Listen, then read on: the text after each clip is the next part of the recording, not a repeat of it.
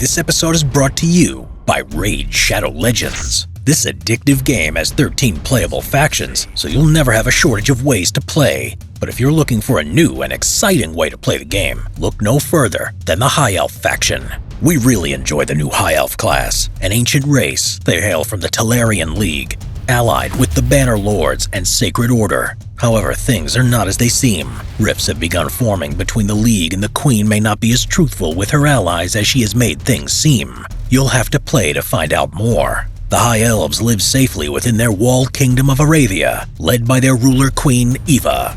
This faction has a unique look that makes you feel like you're taking part in an ancient culture while battling bosses and getting loot.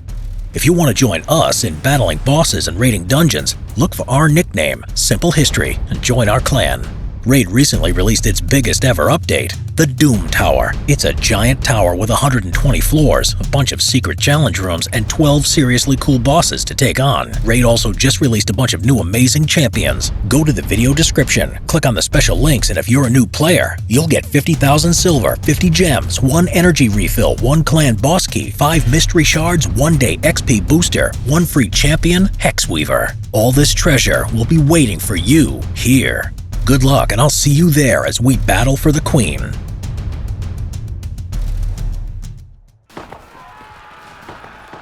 For many years, a legend grew that during World War I, a battalion charging towards a woodland had vanished into a mysterious mist, and not one soldier had come back. They had simply all disappeared.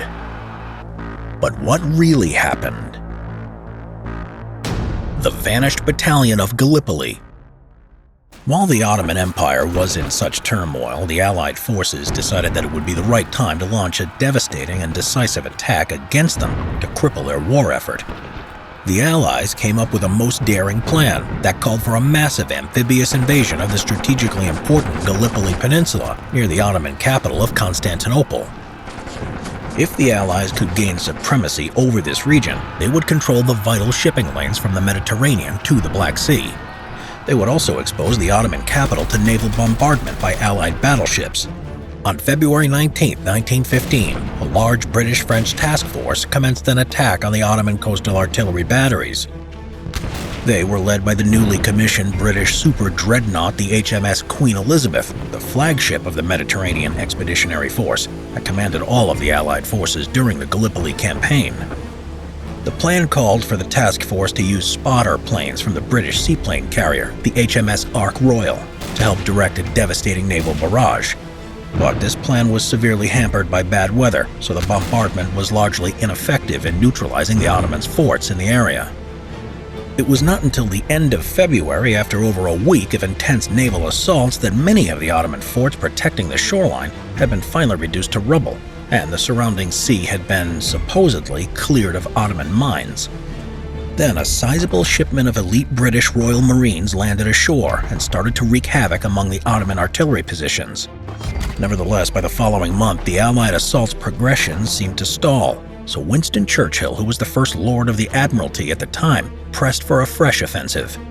He felt that if his attack was implemented, the remaining Ottoman defenses in the area would be quickly overwhelmed, and the Gallipoli Peninsula would fall to the Allies in a matter of days. Churchill even confidently predicted that the nearby Ottoman capital would fall within 14 days, resulting in the Gallipoli Campaign finally being won by the Allies, and possibly forcing the Ottomans out of the war for good.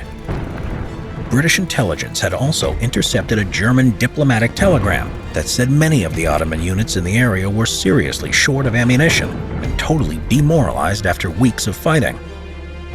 Therefore, on March 18, 1915, the Allies tried to force the issue by sending a large fleet of 18 battleships, along with a number of cruisers and destroyers.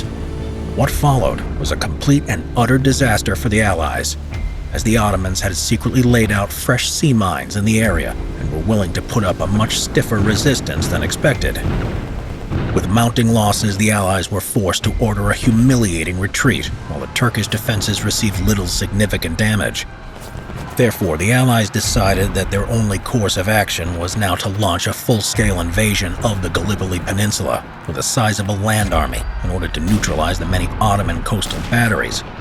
So in late April, a large force consisting of British, Australian, and New Zealand troops landed all along the Gallipoli coastline.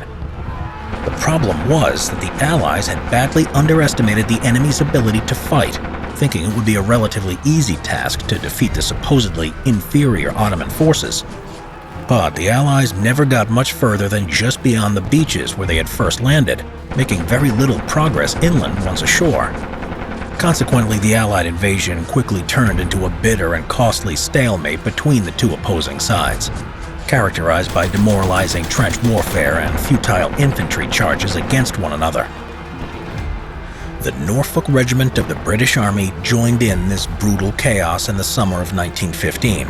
Some of the men from this unit were recruited from King George V's royal estate at Sandringham. They were gamekeepers, gardeners, farmhands, and household servants, led by Captain Frank Beck, who, while middle-aged, volunteered to go with his men, feeling a sense of responsibility for them. This regiment had a long and distinguished history, having been formed in 1685. It had won its first formal battle honor during the 7 Years' War from 1756 to 1763. The Norfolk Regiment won further battle honors, including one for the Afghanistan War that took place from 1878 to 1880. And in just the first year of World War I, they were awarded with no less than a further 7 battle honors. On August 12, 1915, after weeks of heavy fighting on the shoreline of the Gallipoli Peninsula, around 500 soldiers of the Norfolk Regiment, 5th Battalion, were part of an offensive to drive inland around the Suvla Bay, along with several other Allied units. For many years, a legend grew that the battalion charging towards a woodland had vanished into a mysterious cloud or mist, and not one soldier came back. They had simply all disappeared. Nothing more was ever seen or heard of any of them. They charged into the forest and were lost to sight and sound, Sir Ian Hamilton wrote. But what really happened to these men? The 5th Battalion initially pushed forward down a muddy, waterlogged farm track, making their way into enemy-held territory, when suddenly and without warning, they came under relentless gunfire from a nearby Ottoman machine gun emplacement. This managed to wipe out around 1/3 of their number in just a matter of seconds. The survivors of this onslaught quickly split into 2 groups. One headed for cover in a nearby abandoned farm and vineyard, while the others made their way to the safety of some cottages a short distance away. The group at the abandoned farm then started to come under constant sniper fire from the adjacent woodland, and soon dead British soldiers started to pile up all around. In the ensuing chaos, most of the regiment's officers were killed, including its commanding officer, Colonel Sir Horace G.P. Beauchamp. War records noted that after the engagement, 16 officers and 250 enlisted men of the 5th Battalion were listed as missing, presumed killed or captured in action. A few weeks after this conflict, the newspapers back home in Britain accurately reported this event, including personal testimonies from some of the survivors of this massacre. But as no bodies could be recovered, the 5th became dramatically known as the Vanished Battalion. However, 6 months later in January of 1916, it was discovered that Captain Coxon from the 5th Battalion had survived the slaughter. It turned out that he had been badly wounded and was captured by Ottoman soldiers the next day. He was now recovering in an enemy hospital in Constantinople. By all accounts, he was being well treated and was on the verge of a full recovery. This raised the hope among friends and family that some of the missing officers and enlisted men of the 5th Battalion might well be alive and were being held as prisoners of war by the Ottoman Turks. When the war finally ended in 1918 and the Allied prisoners were returned home by the defeated enemy, none of them were from the 5th Battalion, apart from Captain Coxon and another officer, 2nd Lieutenant Fawkes. Despite several further inquiries from the British authorities, the Ottomans categorically stated again and again that all Allied prisoners had been returned, and they had no records of any other 5th Battalion soldiers being captured from that area in August of 1915. It was not until the late 1960s that fanciful and incorrect theories started to emerge about the actual fate of these vanished soldiers.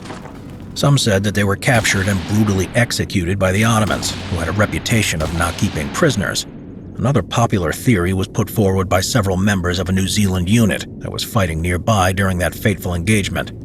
They claimed to have seen the men of 5th Battalion march down the road towards the enemy, and then suddenly becoming engulfed in a mysterious mist, never to be seen again. Some people even theorized outlandishly that this meant that a supernatural or extraterrestrial force had taken them.